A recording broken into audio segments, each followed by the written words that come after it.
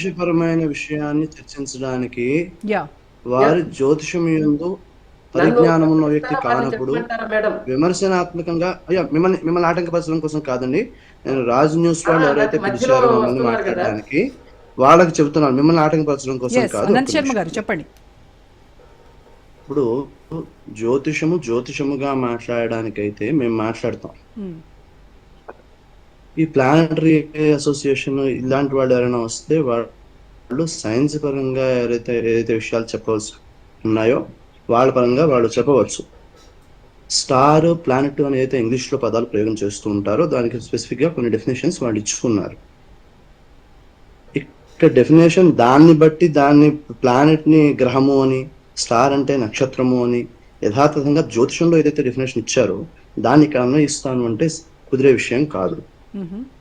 అక్కడ చెప్పిన డెఫినేషన్కి ఇక్కడ ఏదైతే పదాన్ని ప్రయోగం చేస్తున్నారో ఆ ప్రయోగం యొక్క డెఫినేషన్ సరిపోవట్లేదు అని దాన్ని విమర్శించడానికి అవకాశం లేదు. జ్యోతిషం సబ్జెక్టుగా మాట్లాడతాను అనేటట్లయితే సబ్జెక్ట్గా మాట్లాడడానికి వేదిక ఇది కాదు. వారు ఏమైనా చెప్పదలుచుకున్నట్లయితే నేను మీకు ప్రత్యేకంగా రాజ్ న్యూస్ వాళ్ళకి చెబుతున్నాను. అవతల వ్యక్తిని ఎవరినైతే మనం ఆహ్వానించామో అతిథిగా వారిని విమర్శించడం కోసం ఆహ్వానించలేదు. నేను వారిని విమర్శించడం తప్పు, వారు నన్ను విమర్శించడం తప్పు. ఏ సబ్జెక్ట్ అయితే మేము గౌరవం ఇస్తున్నారో దాన్ని విమర్శించడం కూడా సరికాదు, సమంజసం కాదు. అనంతేశ్వర గారు ఇప్పుడు సాంబశివరావు గారు ఆయన వెర్షన్ చెప్తూ ఉన్నారు. సైన్స్ పరంగా ఆయన ఏం చెప్పాలదలుచుకున్నారో అది చెప్తున్నారు. వారు సైన్స్ పరంగా చెప్తే నేను వింటాను, నేను కూడా నేర్చుకుంటానండి. కానీ జ్యోతిషపరమైన విమర్శను నేను ఆహ్వానించలేను. ఓకే, నేను ఆయన సైన్స్ పరంగా చెప్తే నేను కూడా నేర్చుకుంటాను. ఎందుకంటే సైన్స్ దాని ఈ సబ్జెక్ట్ నేను సైన్స్ గా నేర్చుకోలేదు. జ్యోతిషం అనేది ఒక విశేషంగా నేర్చుకున్నాను కాబట్టి నేను జ్యోతిషంగా డెఫినేషన్స్ మాట్లాడేటప్పుడు నేను మాట్లాడతాను. ఆయన సైన్స్ పరంగా మాట్లాడేటట్లయితే నేను కూడా నేర్చుకుంటాను, ఆయన విమర్శించాను. ఆయన చదువుకోని సబ్జెక్ట్, ఆయనకి డెఫినేషన్స్ విషయంలో సైన్స్ లో ఇచ్చిన డెఫినేషన్ గురించి వారు మాట్లాడగలరు. నేను వారిని గౌరవిస్తాను, వారి విద్యను గౌరవిస్తాను, నేను వారిని విమర్శించాను. కాబట్టి వారు సైన్స్ పరంగా ఇప్పుడు ఉన్నదాన్ని వారు ఎలా పరిశీలిస్తున్నారో, ఎలా అర్థం చేసుకుంటున్నారో దాన్ని సమాజానికి ఒక జ్ఞానంగా అందించడంలో నేను ఏమాత్రం అభ్యంతరం చెప్పేదేమీ లేదు, హర్షిస్తాను దాన్ని. కానీ జ్యోతిషపరమైన విమర్శను మాత్రం నేను ఆహ్వానించలేను, అది సభాముఖంగా చెబుతున్నాను ముందుగానే. ఓకే, రైట్ అండి. సాంబశివరావు గారు మీరు ఆన్సర్ చెప్పాల్సి ఉంటుంది వారు చెప్పిన దానికి. మమ్మల్ని ఇప్పుడు జ్యోతిష్యుల్ని పిలిచారు, నన్ను పిలిచారు. నేను అందుకే చెప్పాను కదా, ఎవరి వెర్షన్ వాళ్ళు చెప్పండి, ప్రజలు ఎవరికి కావాల్సింది వాళ్ళు తీసుకుంటారు. ఇప్పుడు చర్చ అన్నప్పుడు చర్చలో ఎవరి వాదనలు వాళ్ళు వినిపిస్తూ ఉంటారు. ఎగ్జాక్ట్లీ. వినిపిస్తున్నప్పుడు జ్యోతిష్యమే నేను మాట్లాడాలంటే నేను ఎలా మాట్లాడతాను? నా వాదన నేను వినిపిస్తుంటాను. మీ సైన్స్ మీరు చెప్పండి సార్. సాంబశివరావు ప్రతినిధిగా నన్ను పిలిచారు మీరు. మీరు చెప్పదలుచుకుంది మీరు చెప్పండి. మాట్లాడతాను జ్యోతిష్యం మీద. మరి వాళ్ళు చెప్పేది నాన్ సెన్స్ అయినప్పుడు అది నేను నాన్ సెన్స్ అని చెప్పక తప్ప. సాంబశివరావు గారు అగౌరవమైన పదాలు ప్రయోగం వద్దు.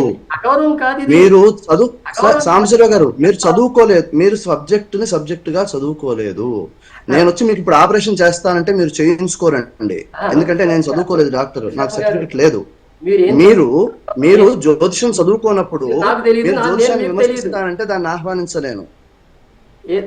ఈ విషయంలో మీరు మాట్లాడతాను అంటే ఈ జ్యోతిషం విషయంలో మీరు ఒక్క వాక్యం మాట్లాడతా అన్నా దానికి తగిన అర్హతను మీరు ముందుగానే పొంది ఉన్నారు అని అకాడమిక్ గా మీరు ఏదైనా సర్టిఫికేట్ నాకు ప్రూఫ్ చూపించండి, లేదా ఫలానా గురువు దగ్గర నేర్చుకున్నాను నేను అని చెప్పి జ్యోతిషం నేర్చుకున్నానని చెప్పండి, మీ మాట నేను వింటాను. మీరు జ్యోతిషం నేర్చుకోకుండా నాన్ సెన్స్ ప్రయోగం చేయడానికి కూడా మీకు అధికారం లేదు. నేను జ్యోతిష్యం గురించి అధ్యయనం చేసిన తర్వాతనే నేను ఈ మాటలు మాట్లాడుతున్నానండి. లేదండి, జ్యోతిషం గురించి అధ్యయనం చేసినప్పుడు ఫ్లోక్ గా మాట్లాడేద్దామని నేను అనుకోవట్లా. Okay, right. ఎవరి దగ్గర నేర్చుకున్నారు? కర్ణాటక రాష్ట్రంలో ఏఎస్ నటరాజ్ గారు తెలుసా మీకు? 8,000 మందికి జాతక చక్రాలు రాసినటువంటి జ్యోతిష్ శాస్త్రవేత్త. ఆయన బెంగళూరులో ఉంటాడు, ఇప్పటికీ ఉన్నాడు. ఆయన దగ్గర నేను మొత్తం జ్యోతిష్యం అంతా విన్నాను, తెలుసుకున్నాను. ఆయన రాసిన బుక్స్ ఉన్నాయి. మీ అంత పెద్ద గురువు గారి దగ్గర నేర్చుకొని కూడా మరి మీకు జ్యోతిష్య శాస్త్రం పైన నమ్మకం కలగలేదా సాంబశివరావు గారు?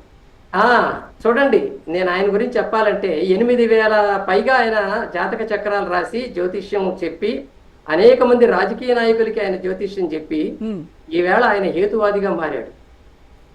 ఎందుకు మారాడు అది ఆయన అడగాలి. ఈవేళ ₹1,00,00,000 ఛాలెంజ్ విసురుతున్నాడు. ఎవరైనా సరే జ్యోతిష్యాన్ని నిరూపిస్తే నేను ₹1,00,00,000 ఇస్తానని. ఏమండి దాని అతని అడ్రస్ కావాలన్నా నేను ఇస్తాను, మీరు వెళ్ళి కలుసుకొని మాట్లాడచ్చు. కారణం ఆల్రెడీ బెంగళూరులో ఉన్నటువంటి జ్యోతిష్ శాస్త్రవేత్తలందరూ ఎవరు కూడా ఆయన దగ్గరికి రాలేకపోయారు. అది ఆయన ఆయన ఎలాంటి వాడో అక్కడ వాళ్ళకి తెలుసు కాబట్టి. అందువల్ల నేనేం చెప్తున్నానంటే ఏదో గుడ్డి రాయి వేసిన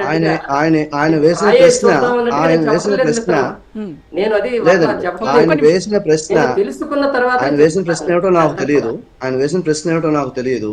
జ్యోతిషం యొక్క పరిధి అర్థం చేసుకుని మాట్లాడేటట్లయితే ఎటువంటి ప్రశ్న వేయాలి అనే అవగాహనతో మాట్లాడతారు. కాబట్టి ఇప్పుడు నేను వారిని విమర్శించడం తగదు, ఆయన వేసిన ప్రశ్న ఏమిటో నాకు తెలియకుండా. కానీ అవి ఏవి ఎలా ఉన్నప్పటికీ జ్యోతిషాన్ని విమర్శించడానికి ఈ కార్యక్రమం మనకి వేదికగా అందించలేదు అని విశ్వసిస్తున్నాను రాజ్ న్యూస్ వాళ్ళు. కాబట్టి మీరు మీ సబ్జెక్ట్ గా ఎవరి సబ్జెక్ట్ ఎవరి వాదన వాళ్ళు దయచేసి చెప్పండి. జ్యోతిష్యాన్ని విమర్శనాత్మకంగా ఒక పదం కూడా నేను వినదలుచుకోలేదు. ఫైన్ తల్లి ఈ మాత్రమే వినండమ్మా. ఇప్పుడు ఇందులో ఏం లేదు తల్లి. ఇప్పుడు చాలా ప్రధానమైనది ఏమిటంటే ఇప్పుడు షష్టగ్రహ కూటమి యొక్క ప్రభావం ఏ విధంగా ఉండబోతోంది, ఏ గ్రహాలు ఏ రాశులు ఎవరిపైన ఎక్కువగా ప్రభావం చూపిస్తాయి అనేది మన టాపిక్. మాట్లాడగలరా జ్యోతిషపరంగా? అనంత్ ఒక్క నిమిషం, శ్రీధర్ స్వామి గారు అనంత్ శర్మ గారిని ఈ సబ్జెక్ట్ మాట్లాడిద్దాం. అనంత్ గారు, సాంబశివరావు గారు ఆ సబ్జెక్ట్ మాట్లాడగలరా అండి? మీ సబ్జెక్ట్ అయినా అది ఏది? విమర్శించమంటే చాలా మంది వచ్చి విమర్శిస్తారు, అందులో సందేహం లేదు. ఎవరి సొంత వాదనలు వాళ్ళకి దయచేసి మీరు ఈ షష్టగ్రహ కూటమి ఏ గ్రహాలు వేటి మాట్లాడతానండి, దాని గురించి సబ్జెక్ట్ మాట్లాడడానికే వచ్చాను. కానీ జ్యోతిషపరమైన విషయంలో విమర్శని నేను ఆహ్వానించను, స్వీకరించను. ఆ సబ్జెక్టు పరంగా విమర్శనాత్మకంగా ఏమైనా మాట్లాడదలుచుకుంటే వారిని వేరే వేదిక పెట్టుకుని మాట్లాడుకోమనొచ్చు, మాకు అభ్యంతరం లేదు. ఇది దానికి వేదిక కాదు.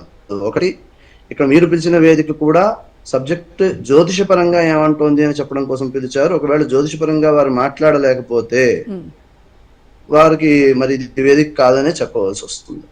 సరే, ఇక్కడ గ్రహాల విషయంలో సబ్జెక్ట్ వరకు మాట్లాడేటట్లయితే నేను అవసరం లేదు. ఇక్కడ ఒక్క నిమిషం సాంబశివరావు గారు సంయమనం పాటించండి. అనంత్ గారు అలా కాదండి, ఒక్క నిమిషం. జ్యోతిష్య పరంగా మాత్రమే మేము మాట్లాడతాము. దానికి విమర్శ కానీ ఏదన్నా వస్తే మేము ఇది వేదిక కాదనుకుంటాము, దీనిలో చర్చించము, ఆ అంశాన్ని మేము చర్చించము. కాబట్టి ఇది ఏ వేదిక మీరు తెలియజేయండి అని అంటున్నాను నేను. వాళ్ళు అట్లా అంటున్నారు కదా. వారికి ముందు మనం సమాధానం చెప్పవచ్చు. అనంత్ గారు మాట్లాడండి. అనంత్ శర్మ గారు మాట్లాడండి, చెప్పండి. సో ఇక్కడ అంటే ఈ విమర్శ విషయంలో అయితే వేదిక కాదు అనే విషయం మీరు స్పష్టంగా చెబితే గనక నేను ఫర్దర్ గా ఏం మాట్లాడాలి అనే విషయం నేను మాట్లాడగలుగుతాను. మీరు దయచేసి ఈ ప్రభావం గురించి మాట్లాడండి. నేను మాట్లాడతాను, కానీ వారు సైన్స్ పరంగా సైంటిస్టులు కానీ వీళ్ళు ఏమనుకుంటున్నారు అనేది నేను సాంబశివరావు గారిని అడుగుతాను తర్వాత. మీరు చెప్పండి. అది మీరు అడిగిన సైన్స్ పరంగా ఉన్నంత వరకే చెప్పాలి తప్ప జ్యోతిషం మీద ఏమిటి విమర్శ అనే మాట మాత్రం రావడానికి ఇది అంగీకరించిన విషయం నేను. సరే, ఇప్పుడు ప్రస్తుతం గ్రహస్థితుల విషయంలో అన్ని గ్రహాలు అన్ని రాశుల్లోనూ తిరుగుతూ ఉంటాయి. రాసులకు ఆయా పేర్లు ఇవ్వడము అనే విషయంలో ప్రత్యేకించి ఈ రూపం ఉందని వాటి యొక్క ప్రభావాన్ని గుర్తించినప్పుడు రాసులకి ఒక పరిధిని ఇచ్చారు. అంటే మొత్తం ఏదైతే చుట్టూ ఉన్న మన భూమి చుట్టూ మనకి ఏదైతే పరిధి కనిపిస్తోందో ఆ పరిధిని కొన్ని భాగాలుగా కొన్ని గుర్తుల్ని ఆధారం చేసుకుని రాసులుగా విభజన చేసుకుని ఆయా పరిధికి మనకి ప్రభావం కనిపించే సమయంలో ఆయా పరిధుల్లోకి ఈ గ్రహాలు వచ్చినప్పుడు, అంటే పరిధి మనం కల్పించుకున్నదే, ఆ గ్రహాలు అక్కడికి వచ్చినప్పుడు ఆ ప్రభావాల్లో మార్పులు ఏమొస్తున్నాయి అనే దాన్ని గుర్తిస్తాం. ఇలాంటి సందర్భంలో అన్ని గ్రహాలు ఒకే చోటుకు వచ్చినప్పుడు ఆ పరిధి యొక్క ప్రభావము, ఆ పరిధిని రాశి అని పిలుస్తున్నాము, ఆ పరిధి యొక్క ప్రభావము అక్కడికి వచ్చిన గోళాలతో అనుబంధంగా ఈ రకంగా మానవాళిపై ప్రభావం చూపిస్తోంది లేదా ప్రకృతిపై ప్రభావం చూపిస్తోంది అనే దాన్ని అధ్యయనం చేయడం జరుగుతుంది. ఇక్కడ విశేషంగా ఈ కూటమికి సంబంధించిన విషయంలో సామాన్యమైన ఫలితమే ఉంది, విశేషమైన ఫలితము, దోష ఫలితము ఏమీ చెప్పబడట్లేదు. ఓకే. అయితే రాబోయే కాలంలోనే అంటే ఉగాది తర్వాత నుంచి మనకి కొన్ని యోగాలు వస్తున్నాయి. ఒక 14 రోజుల పాటు ఉంటుంది ఆ యోగం, బుధ చంద్రుడికి సంబంధించింది. ఈ యోగాలకు సంబంధించిన విషయంలో కొన్ని దోషాలు చెప్పబడ్డాయి. అవి కొంత